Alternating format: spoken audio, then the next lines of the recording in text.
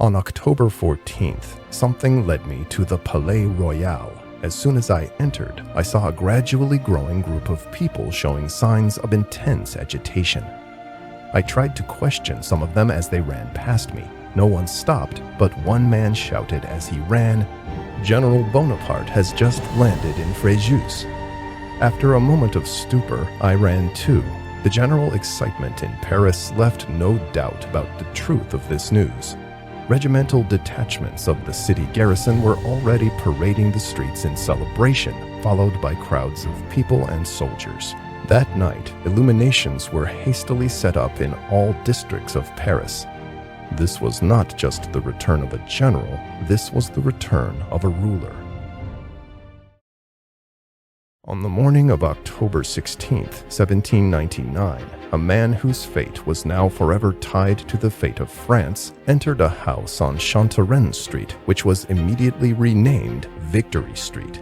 The virtuous surge accompanying his return loudly proclaimed the people's sorrow and their hope to find their savior in the victorious general. Nevertheless, amidst the public jubilation, there were also accusations. First, Bonaparte was accused of abandoning his army in Egypt. Violating quarantine laws also drew the attention of the deputies, and in the opinion of some, this was enough to bring General Bonaparte to a military tribunal. They expected General Bernadotte, who was hostile to Bonaparte and had personal political ambitions, to carry out such an order. However, it was already too late. Decisive action could not be taken against a man enthusiastically welcomed even by the Directory's guard. Bonaparte had been absent from France for almost a year and a half. During this time, all of the Republic's victories and the gains secured by the Treaty of Campo Formio had been trampled. In Italy, the French armies faced a true catastrophe. Generals Moreau and Macdonald were successfully defeated. Then, in the Battle of Novi, one of the Republic's best generals, Joubert, was killed. As a result, almost all of Italy fell under coalition control. Only General Masséna, with his characteristic courage, fought in the Alps against the coalition forces and managed to prevent an invasion of France. Moreover, in the Battle of Zurich, he dealt a crushing blow to one of the enemy corps. After this battle, Alexander Suvorov was forced to retreat hastily. The coalition forces also faced failure in the north. Their landing operation in Holland was thwarted thanks to the decisive actions of General Brune. These successes of the French generals sowed discord among the coalition forces, and the front temporarily stabilized. Nevertheless, the situation remained extremely dire. Nothing so ruthlessly exposed the weakness and incompetence of the Directory as its inability to conduct wars. Even the fact that it survived until the end of the 18th century bordered on a miracle. The state of the Republic's internal affairs was even worse than on the front. The unpopularity of the government and its impotence surpassed all reason. Economic crisis, rapid inflation of assignats, and corruption on an unprecedented scale led to the impoverishment of the masses. Meanwhile, the economic distress was accompanied by the rapid enrichment of officials and their associates. These rapidly enriched people were called new rich. They were interested in nothing but celebrations and revelries. They spent entire fortunes in salons and led luxurious lives, while ordinary citizens and soldiers at the fronts endured all kinds of hardships. All this led to a societal split, and the people, weary of instability, sank into apathy. In addition, the civil war in the Vendée was flaring up again. The south of France, filled with royalists and bandits, was also rapidly losing control. However, it wasn't even the corruption and venality of the authorities that hurt the soldiers' hearts the most. The soldiers who were the victors of the Republic's early battles were now shown no respect and were rejected by society. As soon as you leave the military camp to rest in the city, you experience only humiliation and even insults instead of respect from citizens. One can endure everything but public contempt. Thus, by 1799, the government had completely discredited itself. Moreover, the directors themselves understood the insignificance of their position and strove to do everything to find a way out of the impending catastrophe and avoid the scaffold. Therefore, even before Bonaparte's return from Egypt, Paris was filled with various plots to overthrow the government. Of the 5 members of the Directory, at least 2 were actively plotting a coup d'etat. The most agile of all the conspirators was the Directory member Emmanuel Joseph Sieyès. He was an experienced political figure who survived assassination attempts and all the upheavals of the revolution.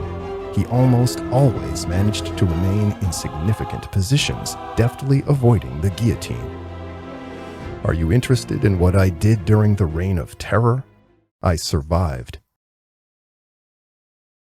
It was Sieyès who succeeded in organizing the plot. Moreover, he had already won over another member of the Directory, Coup. Sieyès' plan was to force the remaining directors to resign, then inform the legislative body that the Republic was under dire threat, and with the help of influential generals, persuade the deputies to transfer power to the consuls. To execute this plan, Sieyès needed a popular and compliant general who would serve merely as a tool, not a power holder. Initially, Joubert was considered for this role, but he died in the Battle of Novi. Then General Moreau was considered, but he hesitated. As a result, General Bonaparte's return to France was exceptionally timely. Bonaparte was almost immediately invited to join Sieyès' plot. If he supported this plan, he would become one of the 3 consuls. After a brief consideration, Bonaparte agreed. What followed were days of meetings, intrigues, and negotiations. Talleyrand acted as a liaison between Bonaparte and Sieyès, and the details of the plot were worked out during secret night meetings.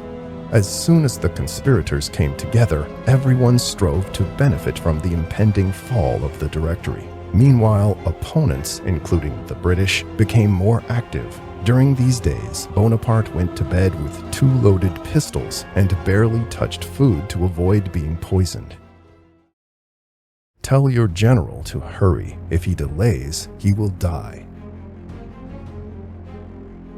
On October 25th, Bonaparte's younger brother, Lucien, was elected chairman of the Council of 500. Next, influential General Moreau declared his support for Bonaparte. I am tired of the yoke of these lawyers who are ruining the Republic. I offer you my support for its salvation.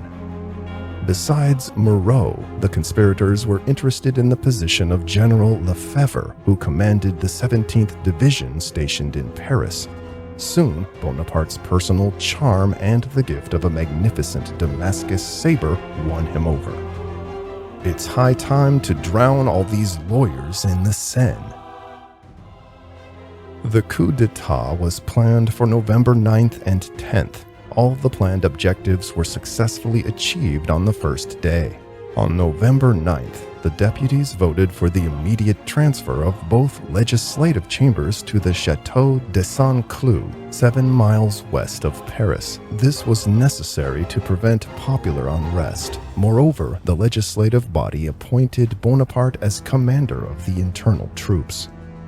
Next, the conspirators finally succeeded in obtaining Barrat's resignation. He was so effectively intimidated that he signed his resignation even before being offered the 2 million francs allocated for this purpose.